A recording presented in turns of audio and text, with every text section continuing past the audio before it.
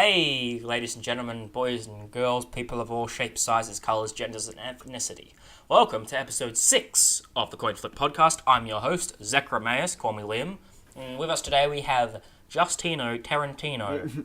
Hey everybody, lead brain, whatever you want to call brain, me. Whatever. Don't really care. So, Lead Boy, there's something on Lead Boy. Something... that should have been my name, Lead Boy. A bit gayer, but cooler. There's something on my mind that's really cool. Let's go back to Australian politics. Oh boy. My least favourite subject, but... But we're talking about the big boy, the white boy. The job of the slut, Clive Palmer. Clive Palmer. Clive Palmer is the biggest got-him meme out there, because one of those, Clive Palmer is like a really good man, and he's so awesome, like, D's nuts. Oh man, I love how he panders to like the memers, and like the memer, and all that stuff. Clive Palmer is just, this episode's a product of the time. Great job. And we're like, not even a minute in. So Clive Palmer, for those of you who don't know, is an Australian politician, sort of. Well, he's like the Trump of Australia. He's a businessman. Yeah. But then he entered politics. Like, he's a business magnate. A bit like the Australian Donald Trump. Good old Cyrus, but not really. Except he's nowhere near as successful as Cyrus. Yeah. Like, he's not as cool The as thing Cyrus. about Clive Palmer is that he's a bit pathetic in the way that he tries to get like memers on his side. He panders to not just the internet audience. He's a great panderer. He panders to people who support him. He panders to people who don't support him by calling them gay and all that.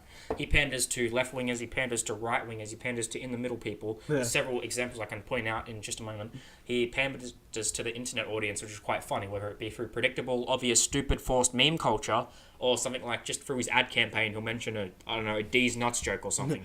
So, do you think that the sort of things that Clive Palmer applies, like the whole pandering to memers thing, is kind of... Terrible. Terrible. Well, because the bad idea. It was kind of interesting. Like, if we look back at the presidential election, and like Hillary Clinton was trying to do the whole meme thing. Like, have you seen Hillary meme queen video? Have you seen it? Is that a pyrocynical one? Well, no, it's like a legitimate video that someone made. Because someone made it as a parody to the amount of memes. But was this someone who made it in her because campaign?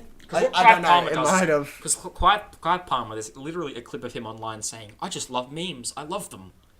And that's kind of like cringy but funny at the same time. He's a bit of a goofball. The big problem is older generations, they go, oh, I love memes. Like, they just say it as they say it because they think memes are jokes. No, but like the thing is, memes are so much more complicated than that. They're like these 40-year-olds who are like, wait, boy, I'm quite in with the memes. Have you heard about that PewDiePie? Or how about I know. What are those? Like, and then if you like and that comes off as cringy. And then you mention something like Ugandan knuckles, and they'll like, go, what is Ugandan knuckles? Like, oh, what's that, mate? Is that like a... Give them a year, the annoying orange, shit like that. Yeah, but give them a year, they'll find like a bunch of like other dead memes, and they'll start using it. Like, I still use dead memes, but... Well, I saw a bloody... I still use it. There's people who still use the troll face on YouTube, but that's long dead. Yeah, but that's not really a meme. That's more of a symbol now. Symbol of meme culture? I hate that word. not a... More of a symbol of a general... Yeah, you don't see it anymore because it's overused. It's kind of stupid. Like, memes don't have a long lifespan, I'm happy to say. Yeah, they're not supposed to. And they shouldn't, because they're annoying. And quite pandering, but what Clive Palmer does is quite interesting because he'll not only apply this to like the ridiculous tactics he uses in politics, which I honestly, admittedly, don't know too much about, but I also don't want to get into it. The little I do know about, from him like falling asleep in Parliament, I'm not joking, or pretending to fall asleep. He literally counted $50 bills one time in Parliament, which is quite funny. Well, what else would you do? Parliament? No. I would imagine Parliament is really boring. Oh, it's boring beyond doubt. But if your job as a politician and you're someone who needs to like speak for the people or whatever, or get your point across or whatever, you can't exactly be acting ridiculous and like a bit of an idiot in like Parliament and all that, can you? Yeah, but at the same time, like that's what his goal is. He's the Joker, the wild card, the memer, normie, sort of. Yeah, It's kind of like Baby's first meme in a sense that Clive Palmer was sort of not be. But some of Clive's memes are so good. Like the Clive Army meme is classic. There's his Facebook page, which I don't think is run by Clive Palmer himself or an associate, but even on his personal Facebook page and all that, he tries to do these memes like fuck, what am I saying? He just likes to meme a bit. Yeah, he's like, no, like join the Palmy army. I don't think he's trying to meme, but I think what he says. He's trying to panda meme. And that's arguably a bit more cringier, but works in tactical like politics especially. But with Clive Palmer in particular, the sort of tactics that he apply range from like, hey, I'll say an outdated meme to get people's attention, because then they'll cringe at me, or I'll say a new meme to get a few people's attention, but then I'll be immediately branded a product at the time. Because the thing about Clive Palmer, he's a bit ridiculous in the sense that, have you seen him during an interview? One he did with Lisa something, who works at Win News, I think. Yeah, like some, and like he just some kept interviewer. like accusing her of ridiculous shit. And when this is meant to be like a serious interview, he likes to show off a bit like Trump. He put himself in like a bunch of his rich yachts outside, and he kept saying through the phrase like people were accusing Clive Palmer of stuff, Lisa or whatever. He just kept repeating like, "Oh, that's not true. That's not true. Oh, that's just not true. Go watch the interview. It's so dope. I'm gonna send you the link tonight, Leadbrain." Yeah, I've seen some political interviews, and some of them are just Yeah, bloody but just hilarious. let me tell you, Clive Palmer. Like one, what about the one where it's just like Abbott just nodding? Like he's just like, I'm giving you the response you deserve. like Australian which politics is the biggest is like a meme. fun shit show, and I'm glad to be along for the ride as long as Yeah. it doesn't fuck up my daily living. I But know. with Clive Palmer especially, luckily he doesn't have that much power. Yeah, I know, which makes it like all the more satisfying that he's a To meme. watch him just swaddle and be pathetic, but it's kind of funny as well, because when he was in this interview with Win News or whatever, he kept saying, "Oh, listen, mate, Lisa, I know you work for Rupert Murdoch or something." He kept mentioning Rupert Murdoch, who owns Fox for some reason. Yeah, well, the thing is, Rupert Murdoch is he basically has a stranglehold on media in Australia. That makes no sense, though. He owns Fox, which Yeah, is but the now thing owned by is, Disney, I believe. Yeah. And then somehow that impacts Australian Well, the thing networking. is, a part of Fox owns Fox Sports, Austar, Foxtel, Oh, really? the Daily Telegraph and the Sunday Telegraph. So, like, they own, like, Stan and Netflix and shit in Australia? Like, all Well, no, services? not the Fox conglomerate owns Stan or Netflix. They own, like, they've got a bunch of, like, for the longest time, Murdoch's conglomerate had a big control on Australian media, so that's why he was accusing her of that, because it's just like... I know you work for Rupert Murdoch. I can hear you, audience. I can smell you. I can taste your fear. The thing about Clive Palmer is like, during this interview, he was acting ridiculous, something that you don't want a politician to see. Even though a lot of us say, "Oh, they're talking out their asses, they're being assholes, they're repeating the same thing, they're not making any points, they're fucking over the consumer." There's a lot of memes about Joe Hockey being a dick to the poor, who's another Australian politician. Yeah. But is that, like, he's actually a competent person. He's working with Trump, I believe, now, some shit. Yeah, he's the Treasurer. ambassador. The Australian ambassador. Wasn't he a treasurer? What happened? I don't know. Clive Palmer for treasurer, I say. Clive Palmer for Prime Minister. of course- That would be funny. And of course it has to fucking rain as soon as you mention Joe Hockey. Thanks, Australia! He's coming with the storm, boy. The weather in Australia sucks. 1 minute it's sunny, 1 minute it's cold. 1 minute, and then it's like bucketing. Yeah. Great, yeah. But Clive Palmer is kind of like, he just kept, even in other interviews, he's like, "Oh, I know you work for Rupert Murdoch. That's not true. That's not true." One part, Lisa, whatever, the channel Win cunt who was on the news was Win like, look, mate, look, I know you're working for Rupert Murdoch, and I'll tell you another thing too. It's sad that you're accusing me of these things. I use a bunch of emails. The chick calls him out for like using different emails, which you'd assume a politician only uses one, but then people will just spam you. So I can understand why he's saying it, but she acts like it's a big deal. Clive Palmer, because he's a bit of a twat, kind of like brushes it off in a really stupid and immature way, where he's like, "Oh no, I use many emails. Just how Australia works. Oh, that's not true. That's not true." Yeah, but But the Palmy Army in general is quite entertaining to, like, I guess, look at the memes and everything, and just see how much he's fucking hate the rain, just screwing up today. Like, the Palmy Army all the way. I'm just gonna say it Palmy now. Army. Even though I don't like Clive Palmer, I like him for the sort of the meme aspect. let's go for a Palmer. Hey, how's a Palmer sound? I'll actually use a Palmer right now. I'm fucking starving. Yeah, let's go after today. We go after. I was gonna get someone after work, but I'm like, nah, gotta go record and shit, and then figure I bailed. So doesn't matter. But Yeah, we were gonna have a guest on, but he bailed. No, don't mention. Oh, why not? Because Can we bag him out? Surprise. Can we bag him out? It probably won't happen. I mean, he's already received a lot of bagging out. He's hungover, the retard. Oh god, he'd probably Apparently. deserve it. Oh no, that's what he was at a recording session. He drank too much For his new song. For his new song. We'll call it Heat. Oh shit, he has got a new song. Oh, Heat by Any Sigby, who's also a Clive Palmer representative. Dab! Did I mention memes? What are those? So, getting back to the Clive Palmer. This is ridiculous. Don't you find it funny when politicians in general, not just Clive Palmer, for the giant slime ball meme that he is, just kind of try and pander? Like, I remember when Hillary Clinton was getting votes, Pokemon Go was a big thing at the time. Oh, it should be Pokemon Go to the voting booth. Or some cancel That like was shit. So that's not only going to date like your campaign in general, even though it didn't last that long. And they're trying to They're using appeal. meme culture. The big problem with Hillary Clinton was she tried to appeal to young people, but at the same time, she would have really screwed over young people. Yeah, it doesn't. Well, that's kind of like It's kind of the thing is like it's kind of really weird. Like, sorry, a lot of politicians will say that they have young people's best intentions. Taste Mountain Dew. Yeah. Okay. But the thing is, like, what does it mean to have someone's best intentions? Look out for the daily man, the everyman, like we mentioned in the last podcast. Like, look out for the average Joe. Yeah. Sort of like that. But Yeah. In a sense, I get what you mean. But when you bring, like, I guess, meme culture, I really hate saying that. I can't stress it enough. Yeah. But it not only dates the sort of message in general, it makes you seem desperate to get it across. Like, oh, we failed to attract this crowd. Let's head for the most, like, sort of totally obvious and predictable sort of audience that we can possibly get. Let's pander to the internet people or whatever. Let's pander to the dank memes of the interweb. Even though what I just said's kind of vague, you get the general gist of it if you have half a brain cell. Yeah. Unlike Clive Palmer. Did I mention memes? Did I mention Clive Palmer? What does Clive Palmer actually do besides he's a member of Parliament? He's not the treasurer. He's not the. He's just a represent. Like What's he representing? He has a party called Palmer United Party. The Jabba the Hutt's party. Jabba the Hutt party. I remember he got triggered. I think it was him or one of his associates, Clive Palmer, was triggered on Twitter because someone posted a meme of him looking really fat and he had his thumb up and he was like, "Bring me Solo and the Wookiee." Bring me Solo. A lot of his associates, or maybe it was him himself, threatened to like take the person's Twitter down and sue them and shit. And it was kind of funny because nothing happened and it's still up there. So it kind of shows the little power this sort of massive fat memer has. Yeah, but the whole idea, like, of the Palmy Army, is just a meme. It's just a dank meme. It's a pander. It's a dank meme. You're not going to get, like, people's political beliefs out of memes, especially if they're, like, outdated, sort of predictable meme culture. Yeah, I know. That's kind of an obvious way. They're not going to be like, oh, okay, you mentioned something I like. It's a superhero movie argument. You mentioned or showed something that I like. That means I like you. No, because I know what you're going to do if this policy you want, your party is pushing wants to get by. So that's why the Palmy Army isn't exactly massive. Yeah, I know. It's just weird.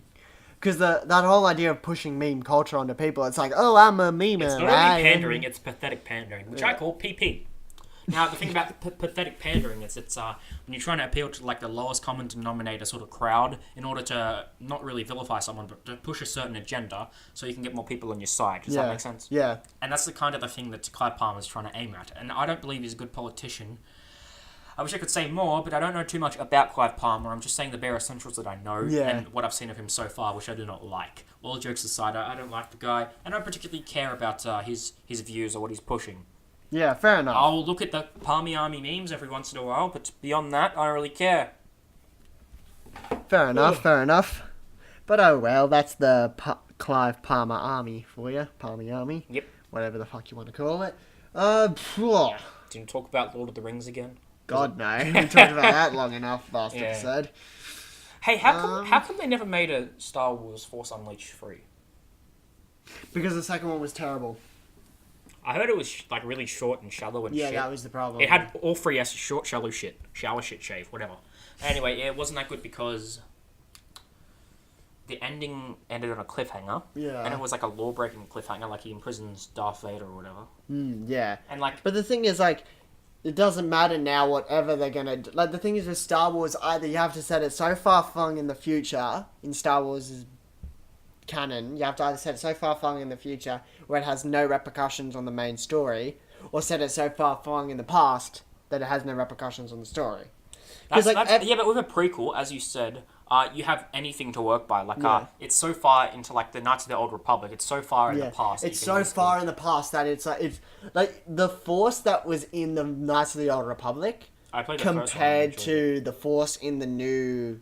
In that very different in the modern the Force back in Knights of the Old Republic was a lot stronger. Like, it's more mystical, more magical. More. If you watch I Hate Everything's video on The Last Jedi, I even liked The Last Jedi before I saw that, but that kind of confirmed my opinion more. I'm like, hey, yeah, because he made a point that the Force, when it's used in the prequels and I guess the beyond that, it feels like a video game, which is fine for something like Knights of the Old Republic, but when you're watching The Phantom Menace and Qui-Gon shoves a bunch of droids somewhere, or Anakin is like on a rock trying to fight Obi-Wan. It just looks retarded. Yeah, like the Force in the Knights of the Old Republic was far more mystical and magical, and more people in the Knights of the Old Republic era had it.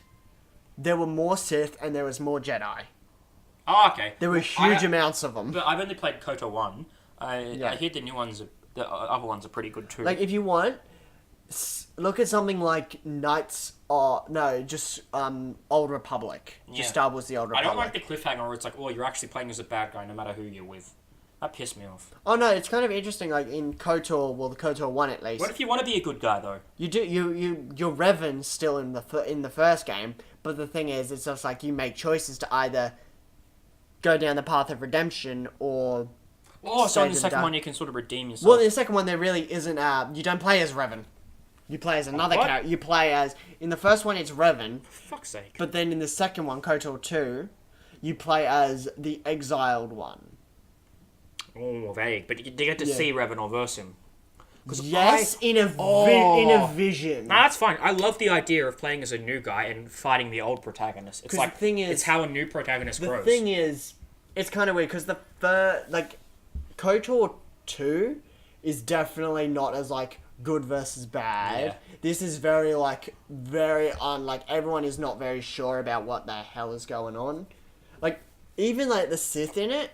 But is it a whole new evil? But then even the good guys are evil. But so is it the whole like sort of? I like the area in between. As well, but is it the whole thing where it's like it's a whole new story and a whole new game, or is it just the aftermath of the first one? There's a little bit of follow up from the first one. No, that's fine. That's fine. Not I huge. like follow up. I like it to be spaced and spread out and references and like, Easter it's eggs very, and a few characters. I don't like it when it's yeah. like the story is just a continuation, not an entirely new one with the same characters, a few new characters. I like because I guess the aftermath of the first game should be DLC or something like that. But it's very continuation. It's very continuation. It's very sort of continuous, continuation. It continues on the Knights of the Old Republic era. Yeah. But it doesn't continue Revan's story. Ah, it does a little bit, but not hugely. How the fuck did we get from Clive Palmer to this? I don't freaking know. But Darth Revan's a character who's canon or not canon. It's kind of vague. Not Disney kind said, of canon, kind of. I think. I don't know. Because Disney said like, oh, some of it's canon, some of it's not. Yeah, but I want them to make a Knights of the Old Republic. Oh, I'd be down for that because that would be so cool. Maybe a few years ago, like seeing the Mandalorian War on a screen would be amazing. Yeah. A few years ago, I remember one of our classmates in IDMT showed me like a cutscene that was like really new from some old Knights of the Old Republic thing. So I thought it was like they're making a new one or they're extending it. Because let's face it, a new one with touched up graphics would look really good. But then again, it might be the whole like Battlefront 2 where it's got shiny new graphics and a cool new code. Yeah. But it's got a really crap loot box system that's designed around a terrible game. Star Wars The Old Republic doesn't really have that. But the problem with Old Republic is... Oh no, you crucify them if they had loot boxes in a game like that. Absolutely. But it's made by BioWare. But the problem with Old Republic... BioWare. But after Andromeda, I'm just like, fuck off. The problem with Old Republic is it's very locked into things. Like... It's like, oh, you're playing a Jedi. That's fine. You better be good. But a linear path isn't that bad. It's just if you have a few new choices, like even if it's like only two choices, like be a Jedi, be a Sith, I'm fine with that. Just if it's not an entirely, I'm not the biggest fan of linear paths, but it's fine. You can get away with it. Which is why Knights of the Old Republic 2 is actually quite good because. It's not clear on who is good and who is bad. Like you go, all right, there's two Siths here who are clearly evil. But then everyone else kind of falls into a grey line. Like, not everyone is good. Like, even one of the characters you're with, he was with Revan, but he has the Force. Yeah. But he, like, suppresses the Force he has. Yeah. And he, like, knows how to hunt and kill Jedi, and he's tortured and killed people. I remember some of that. The first game in particular, I enjoyed the story very much. Yeah. I even like the whole, like... yellow Temple Guard lightsaber. Why don't they have yellow lightsabers in the Temple Guards anymore or whatever? Oh, they do, a little bit. I never see them anymore. I've never seen a yellow lightsaber in any of the movies. They look cool. Yeah. Well, because in the Star Wars has got heaps of lightsaber colours. Yeah. Like, there's heaps of them. You've got the standard 3. Red, green, and blue. The black one makes no sense. How the hell... Black one is very weird. I reckon we could have a whole big debate, but on a separate episode, because I could go on for a while. Yeah, black lightsabers, because it pisses me off. Yeah. But also gives me sort of an excitement boner at the same time, if you get what I mean. Yeah. Like, oh, what the hell? But I would like Disney to be a bit more open and say, this is canon, this is canon, this is canon, but instead they're just like, no, legend. or some shit like that. Yeah. Speaking of Disney, Indiana Jones. I know this is a bit old news, but the fifth one might get a heard trailer that. soon. Really? Yeah, they're making a fifth one. Did you hear? I know they were making a fifth Well, one. it was but... announced that they're making one back in 2015, but a trailer might be coming in the next month. Like or so. what? It's gonna have Harrison Ford in it. Yes, still. and I'm not he's happy getting about. old. Yeah, I know. I'm not happy about that because even as I said a few podcasts ago, if you watch Force Awakens or whatever, or the new Blade Runner 2049, his acting has become mediocre as he's getting older, and that's to be fair. Well, he's been doing it for a long time. I know. He doesn't have the same flair. He doesn't care. Alone. But like, they shouldn't use him and say, "Hey, he's back." Don't annoy the guy, okay? Yeah. And he's too old to be indie. That's a fact. They were really pushing it with the last movie, and in this one, he's just fucking grey. Okay, here's a question: who should take his place? Well, people are mentioning Chris Pratt a lot, but as in the words of Bionic Pig or whatever, or was it Zaptai? I don't even know. He needs to do a bit more than that before he can play indie, because Chris Pratt was in the Jurassic Park movies, Guardians or whatever, Guardians of the Galaxy, Killers of the Cosmos, nickname. But like, his acting, quote unquote, wasn't that great in the Jurassic Park movies. It's fine, it's serviceable. Yeah. He's great in Guardians, both of them actually. I'm sure he'll be good in Infinity War, even though I don't care about the movie personally. Who really knows with Infinity War? Maybe Infinity War could be the thing that kills Disney. Who knows? I highly doubt it. It'll probably make them a lot of money, and people will be act like it's never happened before, and it'll just be another. I just want it to hurry up. Boring It comes out in roughly a month. It's like less than a month. It comes out in a month. We're in Australia where we are. It's like less than a month. Comes out on Anzac Day. I'm going to the premiere. Yeah, we'll Got watch tickets. It should be good. But it should be good, I hope. But getting back to the whole Indiana Jones thing. You'll be like, in my opinion, you'll know. Like, either what I'll do is I'll just go, either that was one of the coolest movies I've ever seen, or I'll go, that was the worst movie. Yeah, there'd be a line in between, like, oh, that was a bit generic, but it was enjoyable. Yeah, but the thing is, like, the problem with it is, it's been such a build up to this movie that it's either going to be the coolest thing in the world or it's going to be the worst thing in the world. It's going to have one of two ways it's going to go down. And if it goes average, then it may as well have been crap. Because it's just been building up for so long. I think the quality of the film shouldn't be held up by like the amount it makes at a box office. Yeah, well, yeah. Like, I mean, what? If it's average, it's average. Blade Runner 2049 was great, like, doing well at the review area, and box office it was bombing. Well, that's because Blade Runner isn't exactly a beloved franchise. It's just a fun thing that you can go back to. Is it really a franchise? Yeah. It has 2 movies. There's a bunch of comics and spin-off shit, but I like Blade Runner. I don't care. Yeah, and I do like both movies are great. I do like the cyberpunk genre because cyberpunk is always interesting. I actually don't like it that much, but I like it in Blade Runner because the way they use it and incorporate it. Because the reason I like cyberpunk is because it's kind of like, it's very philosophical. Like, it's very like, what does it mean to be human? Yeah, like the whole is Deckard a replica thing left up to the audience interpretation. The whole like machine plot in the Blade Runner 1 especially, it's like very. Not only very vague or purposely left vague, but it's nice, as I said. Yeah. But something like Indiana Jones, the new movie, let's face it, Indiana Jones is a tired concept at this point. He had 3 great movies. I personally enjoyed the first one the most. I did. The one I liked the least was Temple of Doom. Yeah, that was a pretty good movie, though. It was still a good movie, but I didn't enjoy it as much as I did. It had boring Raiders scenes. of the Lost Ark was good. Yeah, that was the first one. No. Or was that the second one? No, not Raiders of the Lost Ark. That was the first Last Crusade. The Last Crusade was pretty good. That was good. They're almost on point, I reckon. Yeah, I would say the worst. Like, they're pretty close in... on point with Temple of Doom. Maybe a bit better. Temple of Doom for me is probably the least best. Yeah, but even then it's a tangible, nice film. Yeah, it's still a nice fun. But as I said, then they made this 4th Indiana Jones movie, which didn't need to be made and had some stupid alien thing in it, and he's fucking through a refrigerator. But the reason I didn't like Temple of Doom is... A lot of the time, it didn't really make sense to me in terms of, like, how did you're not talking about not making sense? Watch the 4th one. Bloody but that still sort of made sense, but, like, with Temple of Doom, it's just like how did you get from Shanghai to some random village? I'll get to that in a minute, but if you watch the 4th one, Kingdom of the Crystal fucking Coconut or whatever, it's stupid because...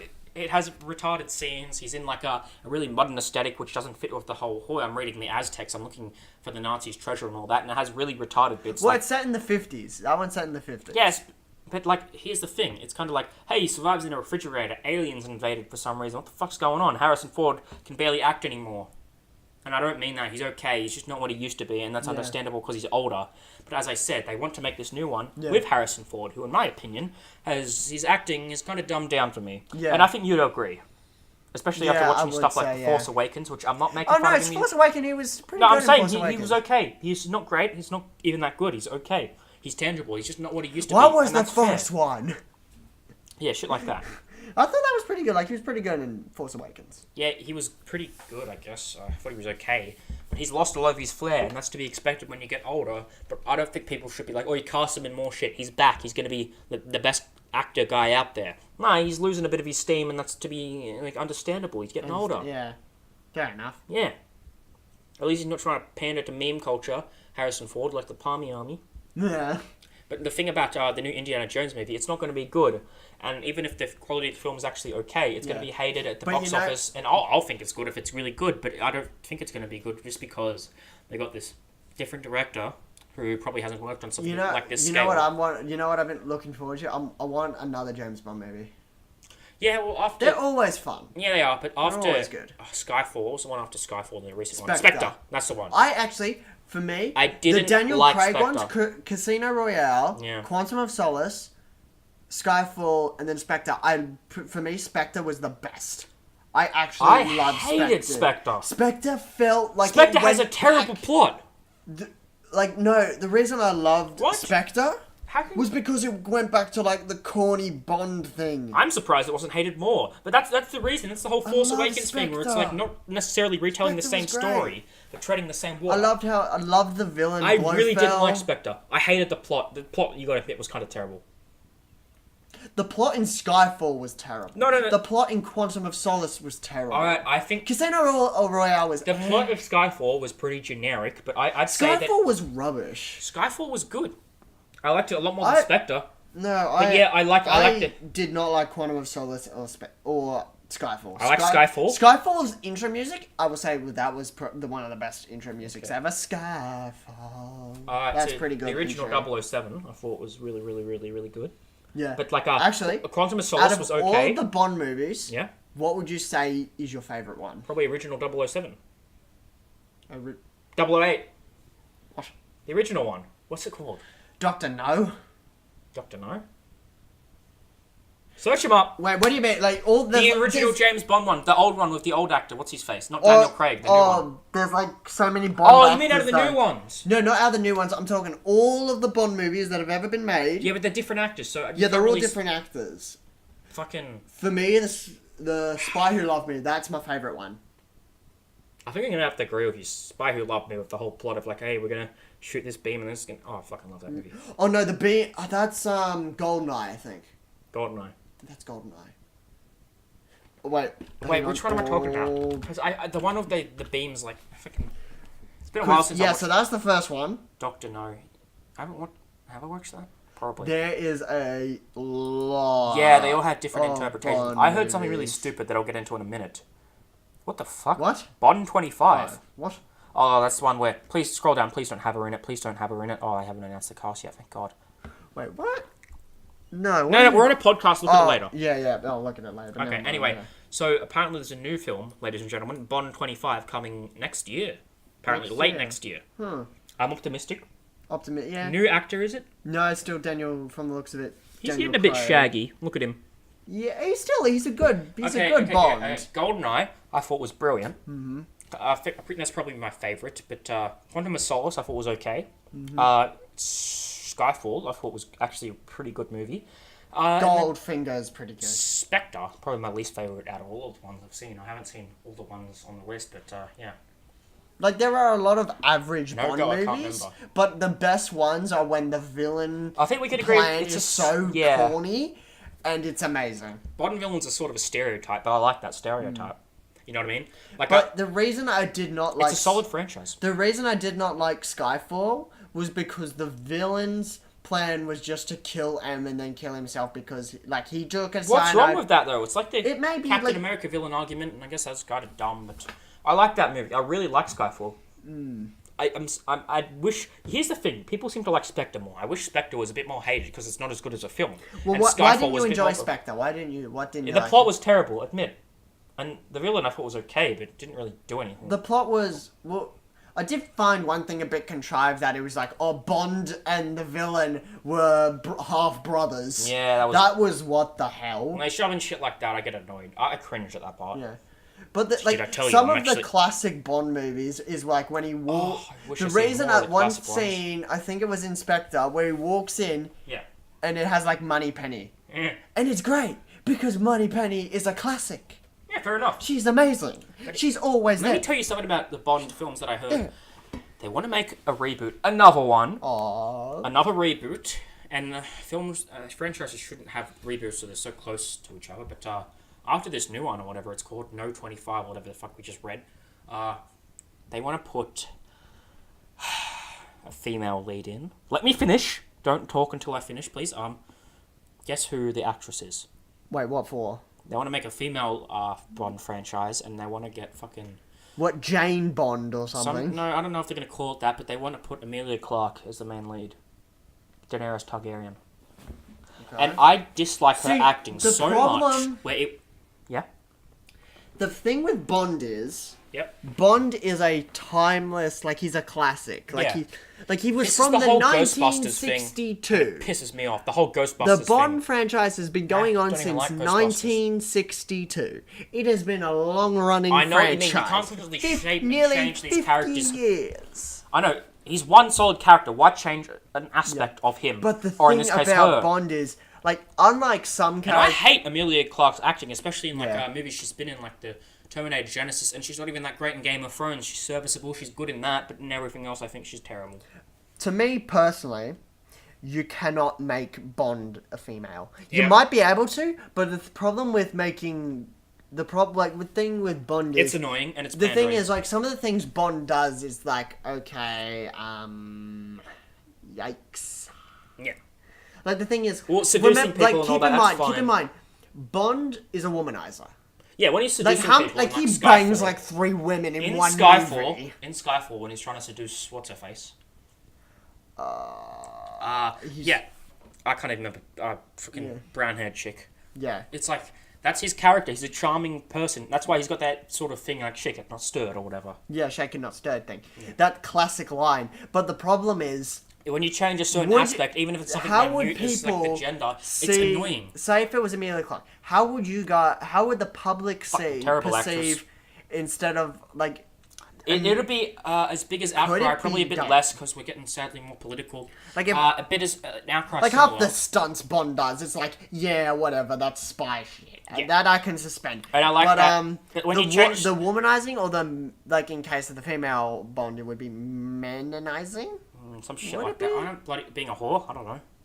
But I don't like Emilia Clarke, so I really wouldn't like that. And I think this was just a rumor, or some actor tweeted about it and said it was a confirmed. Give it a shot, but that's the thing is, like, if you're gonna make a female Bond, it has to be like a 1-to-1 copy. Like, the only difference is it's a female. Yeah, that would be the plus, difference. Changing an aspect of her as minute as something like the gender or whatever. That's annoying. And you don't want it to happen, so why bother in the first place? And to me, honestly, like, I find a franchise like the new GoldenEyes, especially, like all the James Bond films in general, fucking GoldenEye, my favourite. Mm-hmm. I find it a solid franchise. I find it a classic, really. I find this a beloved franchise, unlike something like Ghostbusters, which I think doesn't deserve as much recognition. Yeah. Something like Bond should have more recognition because it's a solid franchise, and they're always trying to create new and diverse films. They've never copied each other, except maybe They might one... I'm just trying to remember, like, because Bond movies are timeless. Yeah. A lot of them are great. Pierce Bronson a lot of Pierce Bronson ones are, like, some of my favorite. Like, they're always solid ones. They're particularly good, I understand. Because that one has always a good mix of classic Bond, good action, good villains. I mean, some are just a dud. Oh, billionaire dull ones, needle in the haystack. Who fucking cares? Yeah. Older ones... I find the Sean Connery ones, I don't particularly like the Sean Connery ones that much. I've seen like 2 of them, so I think there's only 2 of them. But Q is always cool. I do not like the new Q. He is annoying. I hate him. Fine with him. I do not like new Q. I just find him a bit obnoxious. He is pompous and arrogant. That scene... I love old Q. Old Q is amazing. Yeah, well, I don't like how he's a bit obnoxious and I guess as you said, arrogant. Like, he's a bit more serious in the new ones especially. Yeah. A bit more. He's still got like a... But the problem with Q is... He's kind of like Short Round, getting back to Indiana Jones. But it's just not as, like, timeless. And everybody fucking hates Short Round. Yeah. But the thing with what made Q really cool. Because he had character quirks about him. Yeah, he had quirks, and he was kind of like, he was a bit of a mentor to Bond, but at the same time, like he sort of was like, more lighthearted. He was a bit more like the dad figure to Bond, but at the same time, he was just like, look, you need to grow up, you need to stop doing all this dumb stuff. I think the main criticism with him, he played psychic and mentor at the same time. Yeah. More so mentor, but the old one I feel is like a classic character. Q, especially in the new ones, he's a bit more serious, which is fine. But when you make him straight up dull in certain points, like Inspector especially, you got to admit he's kind of boring. Yeah, like that. And the point of Q was he was supposed to be like this, like sort of like this tired old guy who's just like had enough of Bond shit. Yeah. He's just like, you need to grow up, Bond. I don't care. Grow up. But and he is just as timeless as Bond himself. Oh, yeah. You can't like. That's why I don't like the. It's these characters R they replaced him with.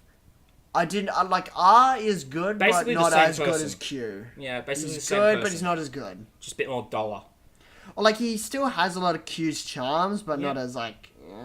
So yeah, Bond better franchise than probably E.T. I guess a better franchise than a lot of Spielberg shit. A lot of better franchise than bloody.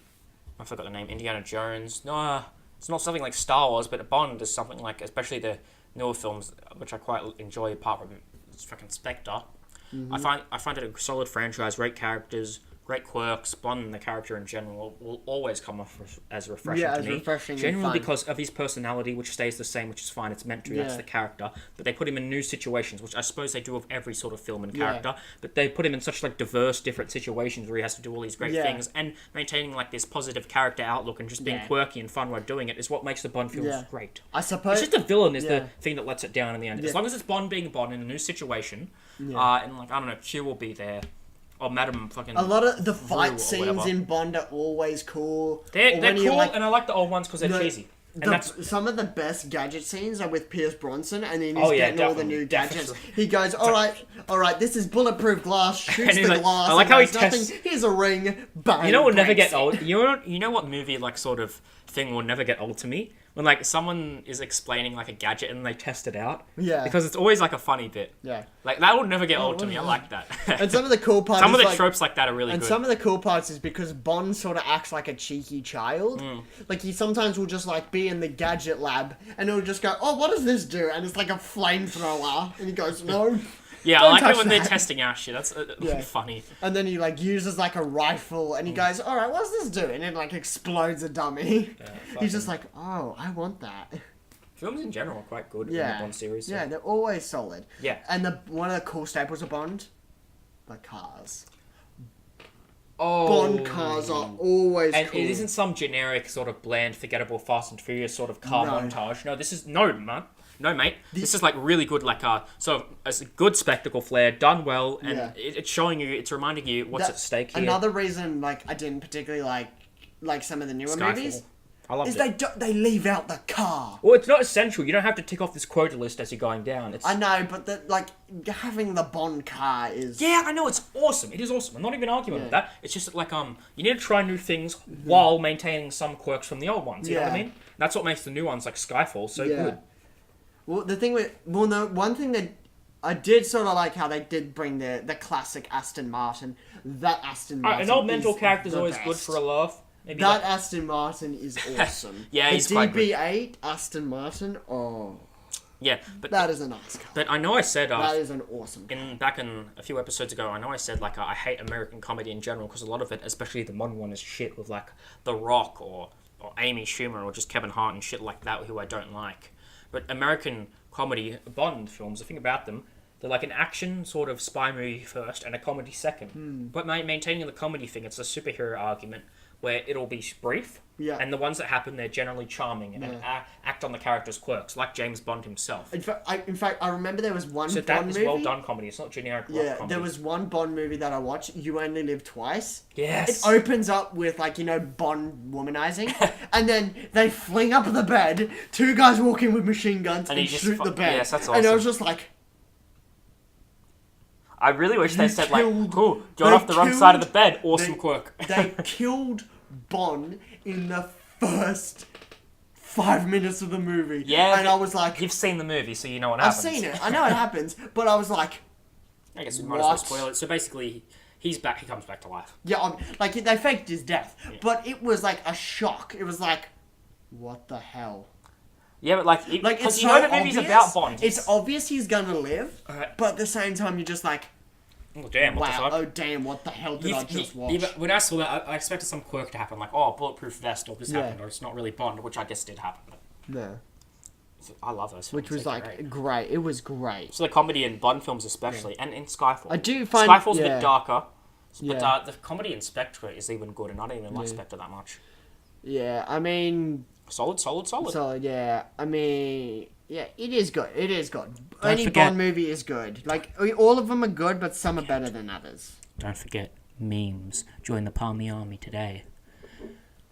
So Alright, another thing quite about enough. Bond films is that the spectacles in them aren't, as I said, not some generic Fast and Furious sort of, Yeah. oh, look at my cars, look at my muscles, let's all do some really dull action Yeah. scenes. It's really well done. It's like, hey, characters are being quirky. And the We're thing- showing you an overall plot that's not only like tangible, but really funny at times. And it's kind of interesting too, because Bond's character has like evolved with the times too. Oh yeah. Like for instance, have you ever seen like the old Sean Connery movies? Yeah, I saw two of them actually. Yeah, you would know during that time. He is definitely evolved He a bit. used to like in the first one, Sean Bond used to like smoke cigarettes. Because it's the In the time that next- they were in, yeah. and I'm not saying the new ones are a product of the time, because they're not. They're like timeless, sort of, in Yeah, a way. they Like, represent the time. yeah, and I'll be watching something like And then Skyfall like the when I'm in my older one, 20s. and then in the newer ones, like in the next following He ones, adapts when to the it's Roger time, but he Moore keeps like the and all character that, of Bond just in check, sort of. he like starts smoking cigars. Oh, and I love it. I love it so much. But the thing about the it's new movies all- is that they always have some like interesting stuff going on, as in conjunction with like Yeah. keeping the character quirks in mind. Now, what's really cool about the Bond movies is that they're timeless in the sense that